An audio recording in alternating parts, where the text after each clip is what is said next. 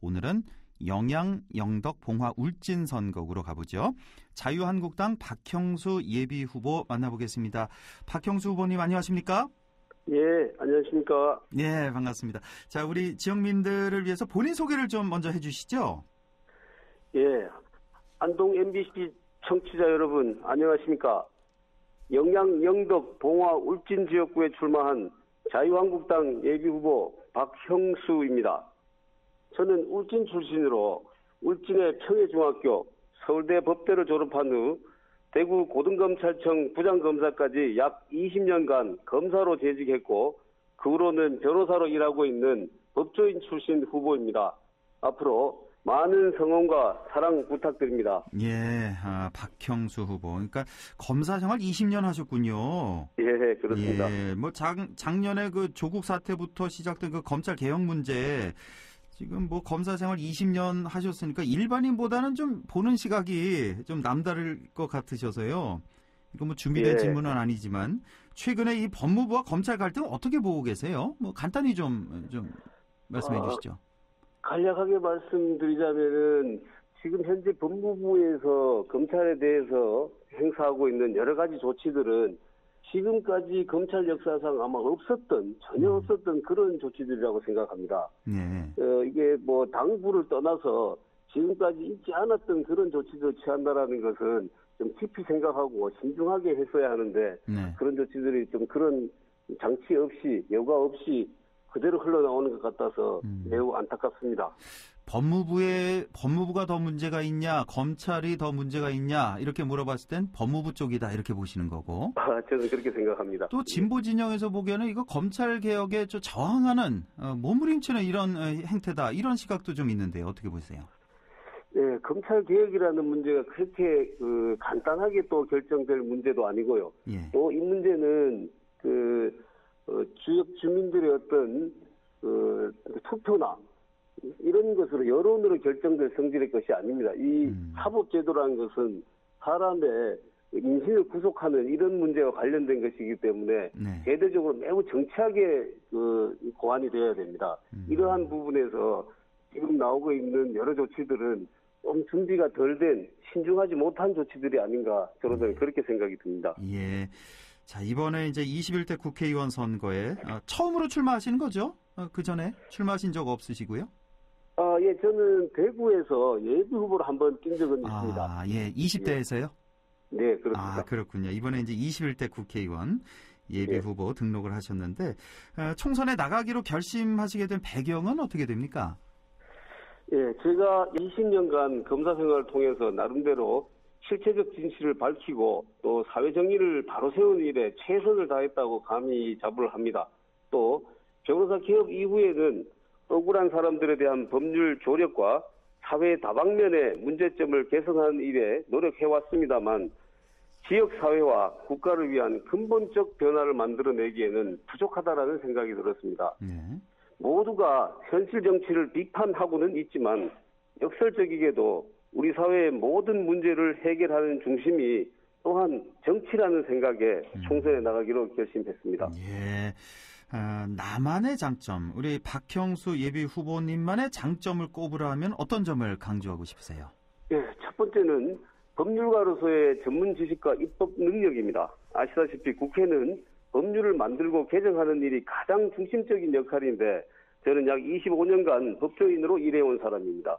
또한 법조인으로 일해오면서도 법률 규정 그 자체에 매몰되지 않고 법률 이전의 근본적인 사회 현상에도 항상 관심을 가져왔기 때문에 의원으로서의 역할을 누구보다도 잘할 수 있다고 생각합니다. 예. 또 두 번째는 서울대 법대와 검사 생활을 거치면서 구축해온 많은 정관계의 인적 네트워크를 꼽을 수 있겠습니다.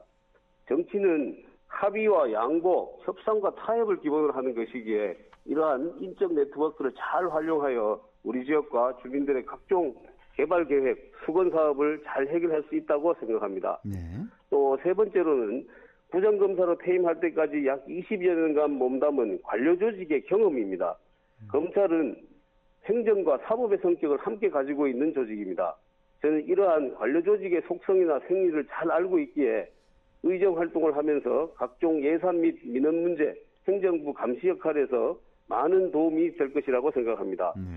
네 번째는 무엇보다도 50대 중반의 소위 한창 나이라는 점입니다.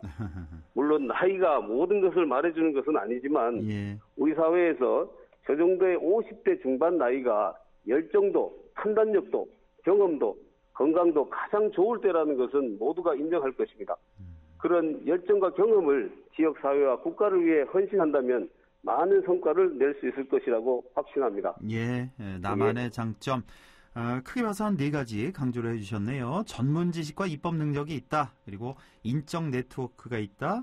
관료 조직의 경험이 풍부하다. 그리고 마지막으로 소위 한창 나이라는 점까지 이렇게 강조를 해주셨는데 지금 지역구에 보면은 현역 의원, 강석호 의원이 3선이죠. 현역 의원도 그렇습니다. 있고 또 다른 경쟁자들 현재 예비 후보 등록한 분만 우리 박형수 후보 포함해서 3명 한국당에서 등록을 했는데 자, 이 공천 경쟁이 그 어떤 지역구보다도 좀 뜨거울 것 같은데요. 본선 경쟁 어떻게 예상하세요? 저로서는 당연히 제가 공천의 적임자라고 말해야 되겠죠. 먼저 이번 선거에서 자유한국당이 승리하기 위해서는 공천에서부터 변화와 혁신의 모습을 보여줘야 됩니다. 전통적인 한국당 우세 지역인 우리 대구 경북 지역의 인적 혁신이 전체 선거의 승리를 담보하는 핵심이라고 생각합니다. 이는 누구나가 아는 기본적인 상식이라고 할 것이고 이러한 점은 중앙당의 공천관리위원회에서도 잘 알고 있을 것이라고 생각합니다. 또한 언론 보도와 같이 대구 경북 지역의 현역 교체 지수가 매우 높은 상황이고 우리 영양 영덕 봉화 울진 지역에서도 삼선에 대한 피로감과 변화에 대한 열망이 합쳐져서 바꾸자는 민심이 엄청납니다. 이러한 이유로 젊고 새로운 후보로서 지역 주민들로부터 폭넓은 지지와 호응을 얻고 있는 저 박형수가 공천을 받을 것이라고 생각합니다. 또 부산에서의 경쟁력에 대해서 말씀드리자면은 현재 민주당의 예비 후보도 훌륭한 경력과 경험, 학력을 갖춘 분으로 알고 있는데 저 역시 모든 면에서 뒤지지는 않는다고 생각합니다. 지금까지와 같은 열정과 노력으로 지역 주민분들 한 분 한 분을 만난다면 반드시 승리할 것이라고 확신합니다. 한국당 내 인적 혁신이 필요하다. 지금 지역구에서도 바꾸자는 민심이 엄청나다.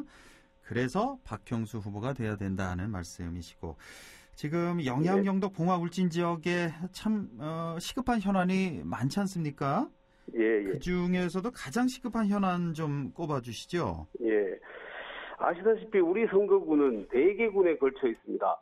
면적도 넓고 역사와 문화도 서로 다른 부분이 많아서 각 지역마다 현안이 다르겠지만은 전체적으로는 교통 인프라 확충이 가장 시급한 현안이라고 꼽고 싶습니다. 많은 분들이 우리 지역구를 육지의 섬이라고까지 말씀하시는데요. 그만큼 교통 인프라가 열악하다는 뜻이겠죠. 먼저 봉화 울진 간 36번 국도의 경우 4차선 건설을 요구하는 지역민들의 열망에도 불구하고 2차선으로 건설되었습니다. 이 지역은 산악 지역이 많아서 2차선으로 건설된 도로를 4차선으로 확장한다는 것은 새로 4차선 도로를 개통하는 것만큼이나 어렵다고 하니 안타까운 일이 아닐 수 없습니다. 이 도로의 4차선 확장은 우리 지역 주민들께서는 그만큼 절실한 과제라고 할 것입니다. 다음으로는 영양의 경우 31번 국도 4차선 직선화에 대한 요구가 굉장히 높습니다. 영덕 상주간 고속도로가 개통되었다지만 영양의 31번 국도가 엄청 험하고 곡선화되어 있어서 고속도로까지 접근하기가 매우 어렵습니다. 반드시 조속한 시일 내에 4차선 직선화가 되어야 할 것입니다. 다음으로 이렇게 철도 부분에 대해서 말씀드리자면은 지금 단선으로 개통된 영덕 포항 간 철도 노선을 포함해서 동해 중부선 철도 전체의 전철화, 곡선화 공사가 빠른 시일 내에 이루어져야 한다고 생각합니다. 서울에서 지금 포항까지는 이미 KTX가 개통되어 있고 또 금년 3월부터는 서울에서 동해까지 KTX 노선이 개통됩니다. 이렇게 되면 영덕, 울진, 삼척간만 KTX 공백지대가 발생합니다. 이러한 사각지대를 메우고 향후에 KTX 노선의 연장을 위해서는 반드시 빠른 전철 복선화가 필요하다고 할 것입니다. 또 현재 봉화까지 철도 노선이 개통되어 있는데 봉화 울진 간 노선이 건설되면은 방금 말씀드린 동해 중부선과 어우러져서 우리 지역의 교통 인프라가 획기적으로 좋아질 것입니다. 이러한 종합적 교통 인프라 구축이 우리 4개 지역을 하나의 경제권으로 묶고 대도시와 빠르게 연결됨으로써 지역 주민들의 편의성이 높아지면 물론 우리 지역 경제 발전에 초석이 될 것이라고 생각합니다. 예, 영양, 영덕, 봉화, 울진 지역은 교통 인프라 구축이 가장 시급한 현안이다 강조를 해주셨고, 네, 그렇습니다. 이와 관련해서 또 공약도 많이 준비하고 계실 텐데 이 교통 인프라 말고 또 다른 주요 공약 뭐 몇 가지만 좀 말씀해 주시죠. 예, 알겠습니다.